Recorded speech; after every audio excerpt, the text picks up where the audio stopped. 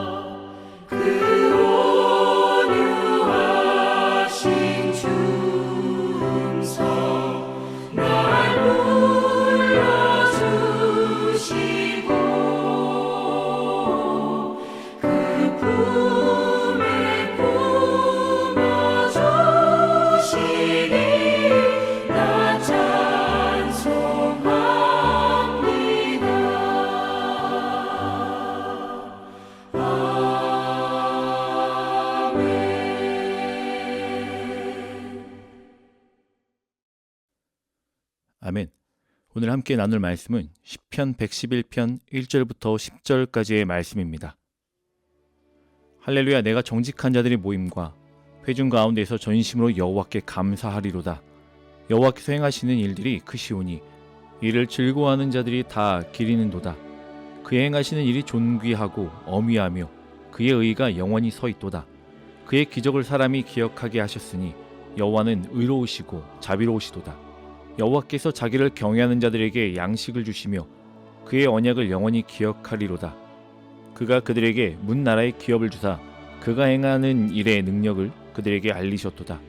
그의 손이 하는 일은 진실과 정의이며 그의 법도는 다 확실하니 영원 무궁토록 정하신 바요 진실과 정의로 행하신 바로다.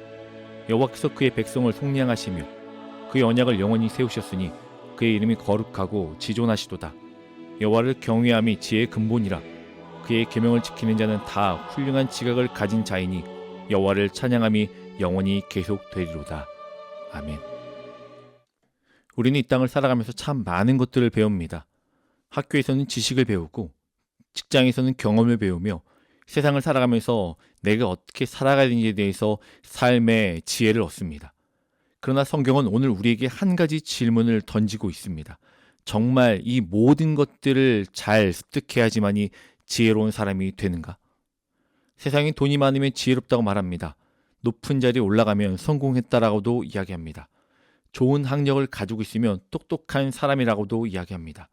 그러나 하나님께서는요, 오늘 시편 111편 마지막 절에 분명히 우리에게 이렇게 이야기를 합니다. 여호와를 경외함이 지혜의 시작이라. 이 말씀은 단순히 하나님을 무서워하라, 경외함이 무섭다라는 표현으로 우리에게 말하여 주고 있는 것이 아닙니다. 하나님을 존경하고 하나님을 가장 귀히 여기는 사람, 하나님을 삶의 중심에 두라는 이야기에 그 모든 것들을 행하는 것이 지혜의 근본이요 지혜의 시작이라고 우리에게 말씀하여 주고 있는 것입니다. 오늘 시편 111편은 하나님의 위대하심을 찬양하면서 왜 우리가 하나님을 경외해야 하는지에 대해서 차근차근 설명해 주고 있는 것입니다. 오늘의 말씀을 통해서 우리가 왜 하나님을 찬양해야 하는지, 왜 하나님을 기억해야 하는지, 그리고 왜 하나님을 경외하는 것이 가장 큰 지혜인지에 대해서 말씀을 통하여 깨닫는 귀한 시간 되기를 간절히 소망합니다. 함께 1절 말씀을 읽길 원합니다. 할렐루야, 내가 정직한 자들의 모임과 회중 가운데서 전심으로 여호와께 감사하리로다. 시편 기자는 전심으로 감사한다라고 이야기를 합니다. 이것은 단순히 입술만의 감사가 아니라 또한 형식적인 예배에 대해서 이야기하는 것이 아닙니다. 마음을 다하는 것, 마음과 몸과 모든 내가 할 수 있는 전심 전력을 다해 힘을 쏟아 하나님께 정직함으로 나아가 고백하는 것, 이렇게 감사해야 된다고 우리에게 말씀하여 주고 있습니다. 왜 이렇게 감사할 수 있을까요? 2절의 말씀에 분명히 이야기를 하고 있죠. 여호와께서 행하시는 일들이 크시오니 이를 즐거워하는 자들이 다 기리는도다. 아멘. 2절에서 말씀하고 있는 이 기리다라는 이야기는요, 연구하다라는 이야기가 비슷한데요, 단순히 이것은 학문적으로 분석하다라는 의미를 가지고 있는 것보다 하나님께서 하시는 일을 계속하여 기억하고 묵상하다라는 의미를 가지고 있습니다. 학문적인 연구만을 가지고 성경을 바라보고 하나님을 알아가는 것이 아니라 하나님의 뜻과 행하심을 사모하는 마음으로 깊이 살펴보아야 된다라고 말씀하여 주고 있는 거예요. 우리는 때때로 살아가다 보면 하나님이 하신 일, 하나님이 하실 일, 하나님께서 우리에게 보여주셨던 모든 것들을 잊어버릴 때가 있습니다.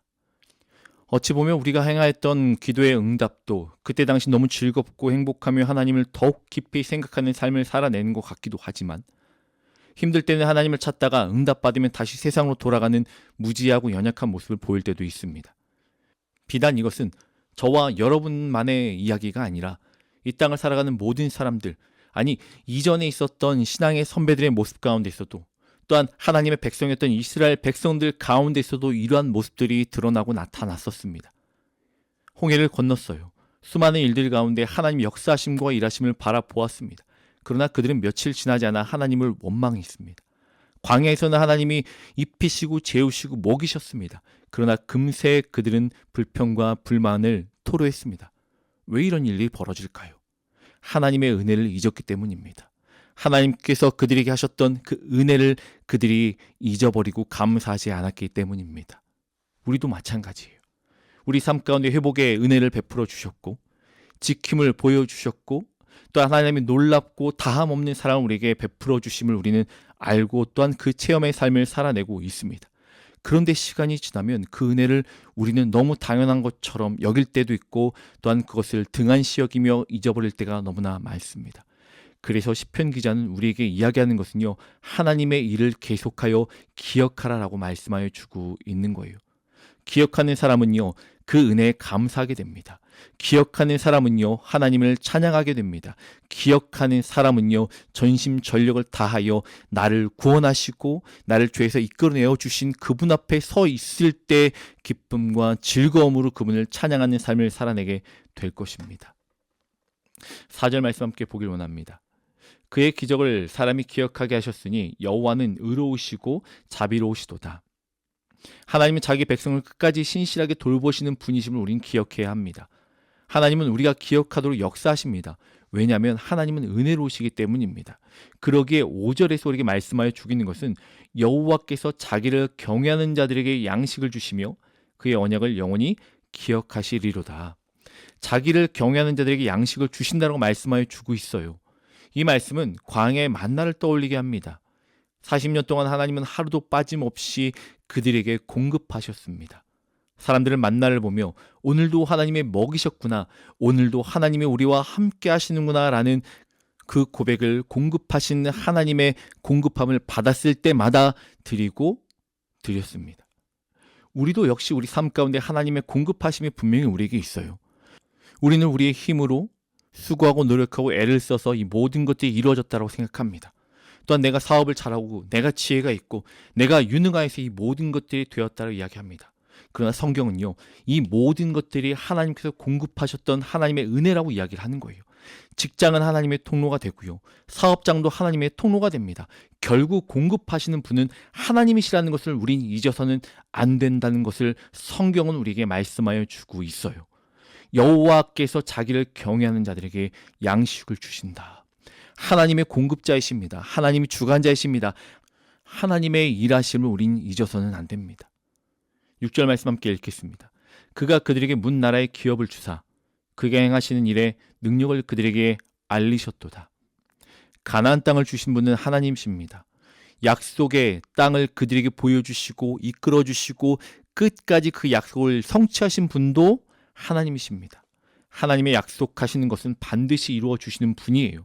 그러게 7절과 8절 말씀에는요, 하나님의 모든 명령은 진실하고 영원히 흔들리지 않는다라고 말씀하여 주고 있어요. 7절과 8절 말씀 보면요, 그의 손이 하는 일은 진실과 정의이며 그의 법도는 다 확실하니 영원 무궁토록 정하신 바요 진실과 정의로 행하신 바로다. 아멘. 사랑하는 성도 여러분, 세상은 변합니다. 법도 바뀌고요, 문화도 바뀌고요, 사람도 변합니다.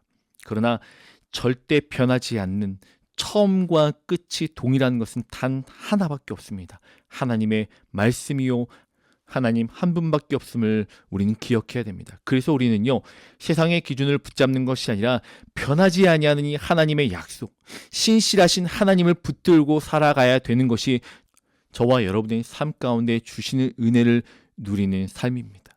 그 하나님을 기억하였으면 좋겠습니다. 그 하나님을 붙들었으면 좋겠습니다. 9절에서는요, 그가 그의 백성을 속량하신다라고 말씀하여 주고 있어요. 구약에서는요, 애굽에서 구원해내셨습니다. 신약에서는 예수 그리스도를 통해서 죄에서 우리를 구원하셨습니다. 우리가 찬양을 해야 되는 이유는, 우리가 하나님께 감사해야 되는 이유는 좋은 일이 있어서가 아니에요. 우리 삶 가운데 어떤 기도 응답이 있고 내가 원하는 것도 이루어지고 내가 기쁘기 때문에 찬양하는 것이 아닙니다. 단 한 가지 이유, 우리를 구원하셨기 때문에, 우리를 속량해 주셨기 때문에, 구원의 은혜 하나만으로도 평생 찬양해야 될 이유가 충분하다라는 그 사실을 잊지 아니하는 성도님을 되시길 주님의 이름으로 간절히 축원합니다. 시편 111편 결론은 서두에서 말씀드렸듯이 분명히 우리에게 지혜의 시작이요, 지혜의 근본이 무엇인지 설명하여 주고 있어요. 여호와를 경외함이 지혜의 시작이다. 여호와를 경외하는 것이 이 땅을 살아가는 진정한 지혜라는 사실에 대해서 우리에게 말씀하여 주고 있습니다. 여러분, 감사의 삶을 살아내는 것, 또한 우리가 평안을 누리며 살아내는 것, 우리가 행복하며 기쁨으로 살아낼 수 있는 것은 세상이 우리에게 주는 지혜와 지식으로 갖춰지고 이루어지는 것이 아니라 가장 중요한 첫 번째가 되어야 되는 것, 여호와를 경외하는 삶.